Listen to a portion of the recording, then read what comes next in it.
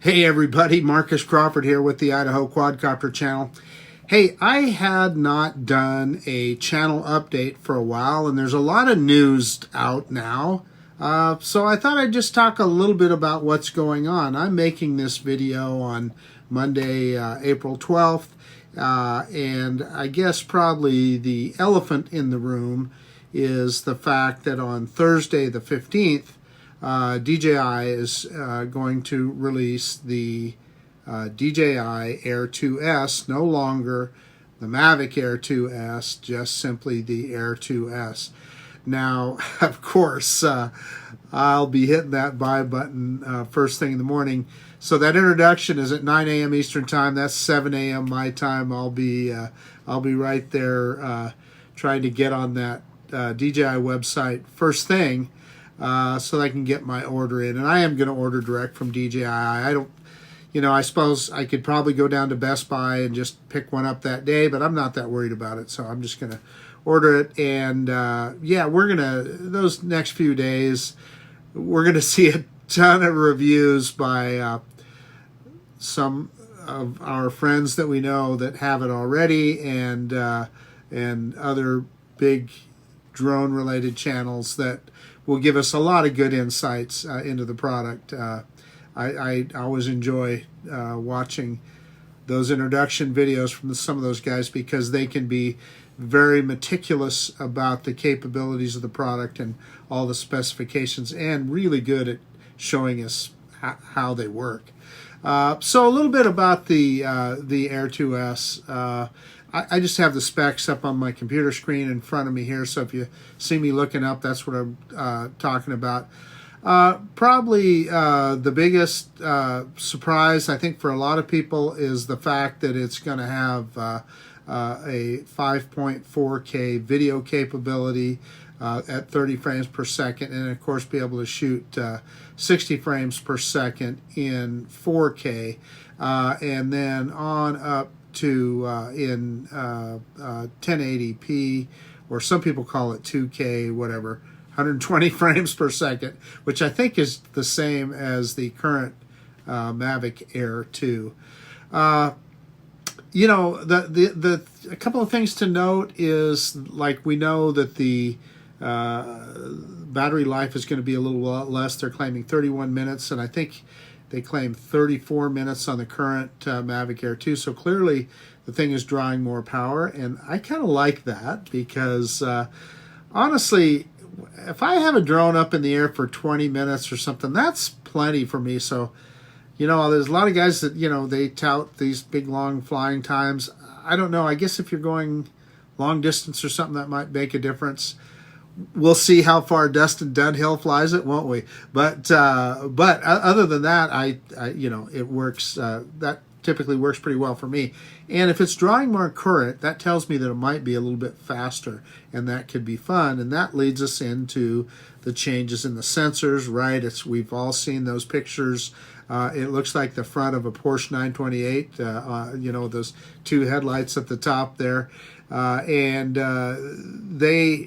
My understanding is that that's giving it a 270-degree field of view, and while that's not 360, that's a big deal for tracking, huge deal. And so I'm hoping that that we'll get a better version of tracking and be more capable in that regard. And my understanding is obstacle avoidance will then work in sport mode, which is a big deal, and I'm hoping we'll get a really fast sport mode is what I hope, because I like flying drones at speed.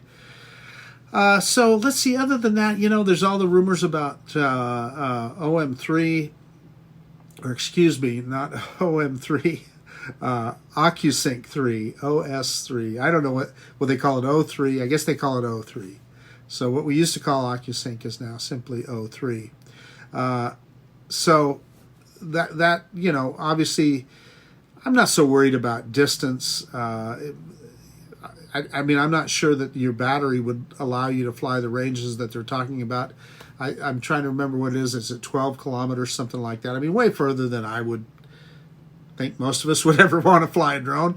But hopefully what you get with that is a more powerful signal for better penetration, so that if you happen to be behind a tree or a building or something like that, you still are going to get good signal with your drone. That's the big deal to most of us. So that should be good. And of course, there's that 1-inch sensor. How could I forget that? Yeah, the 1-inch sensor. I've never owned a drone with a 1-inch sensor, so I'm looking forward to it.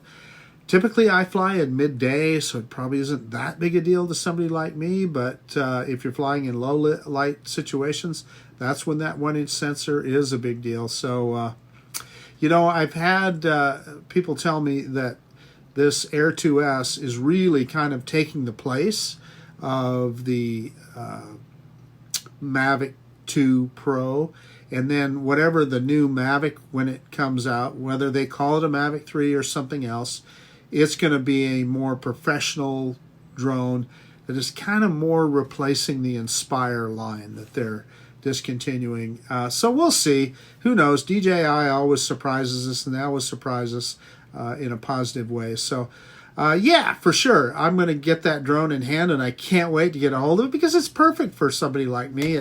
It kind of checks all the boxes for things that I like. So yeah, looking forward to that. So the other kind of big deal lately has been all the stories about the Xiaomi Fimi X8 Mini drone. Now that is a drone that will compete with the DJI Mini 2, and it has some additional features. It has some tracking and I'm trying to remember some other features that they're professing that I know a lot of people really wish they had tracking on the Mini 2. Honestly, on that little drone, it's not something that I was worried about because it doesn't have obstacle avoidance. That aside, if this drone has it and if it works well, it'll be good. So on my computer in front of me here, I kind of put up a screenshot from a video. A guy evidently calls it an unboxing, but yeah, anyway, he's got the Fimi Mini, and on the box, it's the one thing that stood out to me is that not only is it in 4K, will it shoot in 4K, but it will shoot in 4K HDR, which of course we know it's not going to be true HDR. It's not going to be 10-bit on the Fimi Mini, but still, if it improves the picture, I'm all for it. Whether it's through an emulation or the real thing, it works for me. So I'm looking forward to that. Obviously, it's going to have a 3-axis gimbal. They're saying an 8-kilometer range. There again, a little mini drone like that. Who's going to fly at 8 kilometers? Not me, I can tell you that. But I guess it's available, and what you're looking for is that nice, strong signal so that you always have good FPV and a good signal with the drone. Now, they call it a drone in the 250-gram class, and really with the battery that it initially ships on here, the standard battery they call it, it's going to be 258 grams. So it will not be under that 250 gram that is so important. Now, later on, they're going to come out with a lithium polymer battery for it that's lighter, and will put it under that 250 grams. So I'm sure there's a lot of folks that'll be interested in that. Personally, I'm going to just go with the lithium ion that it comes with. I don't care that it's 258 grams. I have a Part 107 license, so I'm going to put my tail number on it no matter what. So that's just not such a big deal to me now. If you're living in Canada or Europe, or particularly the UK as well, getting under that 250 grams is a big deal, so you'll want to keep that in mind with that drone. And they're also saying a level 5 wind resistance, which would be welcome. Those mini drones, as we know, the original DJI Mini, had some problems in the wind. I mean, I thought it did okay, but it could not handle very strong winds. The Mini 2, of course, you've seen on my channel, it shows us that it can do pretty good in some pretty strong winds. So if this little guy can do the same thing, it'll be a great drone. And I already have one ordered. In fact, I got the notification today that it shipped, so I'm looking forward to getting that one out and showing it to you as well. And for me, I'm a big fan of the Mini 2, but it'll just be fun to have another drone in that category to kind of compare. And then the other thing that's coming up, and I'm going to pull up my calendar here to see, I believe, yeah, it is April 23rd, Friday, April 23rd, Hubsan has announced that they're going to introduce a new drone. Now, it's just, we don't know anything about it at this point. And, the speculation would be that it would be perhaps a mini drone, because that under 250 gram weight class, because that's very, very popular now for good reason, for really good reason. A lot of folks like to get into that 250 gram class. Here in the United States, if you're a hobbyist, you don't even have to put a sticker on it. You don't have to register it. You don't have to do anything. And, like I said, again, I'll go back to the DJI Mini 2. Wow, what a capable product that is. And for most people, that is really all the drone you need. So with that, when they introduce whatever they do, I will order one of those as well, because obviously I've reviewed all of Hubsan's products, recent products on my channel, and will continue to do so. And I think it's relevant. Those are the kind of things that I really enjoy reviewing. So let's talk a second for some of the other things. And I've been reviewing some really lower, they're all, gosh, I guess you really have to call them toy grade drones when they're under $200 range. And some of them are really, they're really tough to recommend, even for somebody that just wants to try out a GPS drone. I recently reviewed the SG908, ZLL SG908 Kun, or Kun, I'm not sure how they pronounce it, Kun. And that was really disappointing. And I just had a tough time recommending that for anybody. On the other hand, I recently did the SJRC F11. And for a drone under $200, you know what? It had nice, stable 3-axis video on there. Wasn't the highest quality video. You wouldn't expect it in that price range. The video was a little bit grainy, but it was nice and stable. There was no jello, a good flat horizon. And the drone was easy to fly, controlled well, flew like you would expect a GPS drone to fly. Didn't have a lot of range, but in that class of a drone, you wouldn't expect it to. And I like bringing those to you because what I recognize is that there's a lot of people that want to get into the hobby that are reticent to spend even $400 or $500 on a drone. And if they can start off on something like that, yeah, great, it gets them into the hobby and gets them going. So that's why I review those drones. And I have to admit, sometimes I get some of them that don't fly well and have a lot of problems. And that's not a lot of fun reviewing those drones. But the fact is I want to show them to you. So what do I have upcoming? I do have the ZLL has got another one, the SG907, that looks like it's a little bit smaller. It does have a 3-axis gimbal on it. So I'll have that one soon, and hopefully that's will be a little better than the SG908. So we'll see when it gets here. The other one is the folks at Banggood. I of course begged them to send me the Fimi Mini, and they wouldn't do it. I couldn't get them to do it, but they said they would send me the Fimi A3. Now I've had the A3 before, and it was such a disappointment to me. It was a drone with so much promise. The Fimi A3 it's not a folding drone, it's a fixed arm drone. It's got a 1080p camera, and it has a built-in FPV screen on the controller.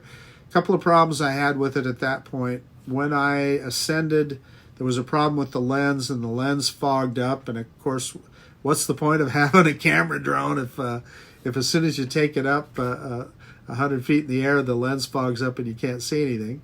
The other problem I had with it was that little screen was really, really difficult to see, even in the shade. It just simply wasn't bright enough in the sunlight to frame your shot very well. So I'm looking forward to getting it and seeing if they've improved it, right? I got rid of the one that I had a long time ago, so they're sending me another one. I'll look forward to it, and we'll do a full review of it. and see how that A3 is. And why was I interested in that? I'll tell you why. Because it's priced at about $230. And if it's improved enough, if they fix that lens issue primarily, it's probably a drone that I can recommend. And for somebody, again, that doesn't want to spend $400 or $500 on a mini class drone, let alone, you know, $1,000 on something like the Air 2S, it might be a good option for somebody. And in fact, I know people that have taken some pretty phenomenal drone videos with that drone. So I look forward to getting that one, and we'll be bringing that to you. The other thing is I purchased a Insta360 Go 2, and as you can see, I haven't even taken it out of the box yet. What I hope for that is that will allow me to give you some little different camera angles.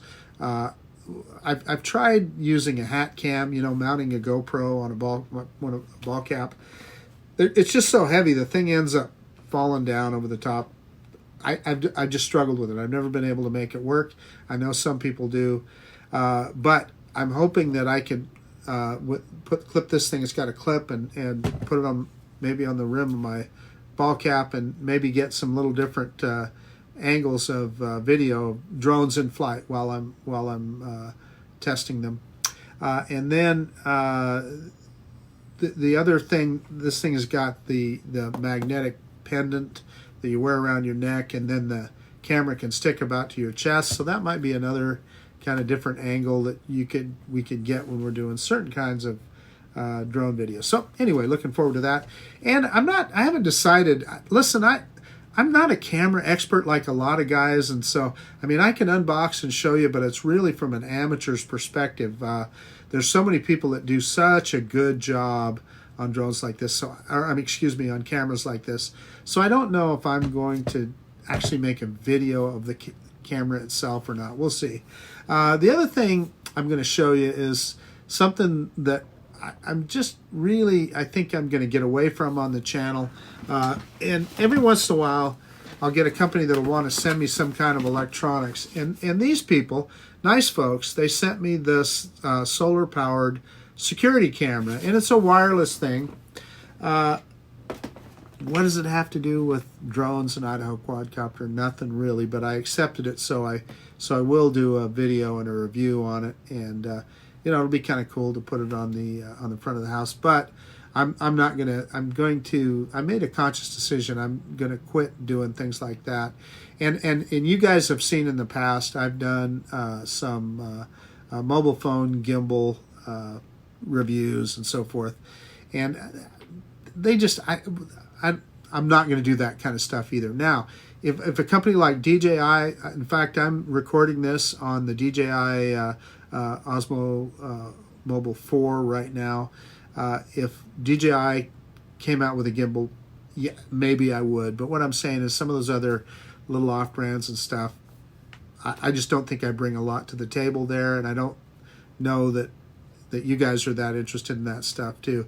Now, with regard to cameras, you know, it depends on what it is. It's just like this guy. I'm sure there's some interest. And if I do a review of this, I will do it from the perspective of making drone videos and flying. I guess I should add the other thing that I was thinking about this is that if I could use that little magnetic chest thing, it would be kind of cool when I'm out drag racing in my Corvette, because then I could get the perspective. It would show what's on the dashboard, which I think would be kind of cool. So anyway, we'll see. We'll see where we go with that. But the other thing that I will likely continue to do is action cameras. Like if DJI came out with a new action camera, I would probably review that. Again, it would be from a very amateur perspective. You know, there's a lot of really professional guys that do some really good job on that stuff. But I would want to show it from, just like I said, how you would use it in conjunction with your drone, etc. So, gosh, I guess that's about it. I think we covered about everything. So that's what's going to be coming up in the immediate future. And what you can count on is that I will do a ton of comparison videos with the various mini drones and so forth, and do some comparisons of the features and that sort of thing. And I've been talking to some friends of mine about doing some collaborations with the Fimi Mini, about each of us kind of doing a different part or a different feature of it. So we'll be doing some things like that. And then, of course, like I said, that Air 2S is just going to be so much fun. So I know there's going to be a ton of stuff that'll come up on that. And what you can count on channels like mine and you know, Ron Brown and some others is that we won't just do a single video on a drone and then put it on the shelf. We'll continue to follow up as they make changes to the product and feature different things and do some comparisons and that sort of stuff. So I guess that's about it. This is Marcus Crawford with the Idaho Quadcopter channel out. And if you like this kind of content, please consider subscribing to my channel. I appreciate you taking the time to listen to me today. And of course, we'll see you on the next one. Bye now.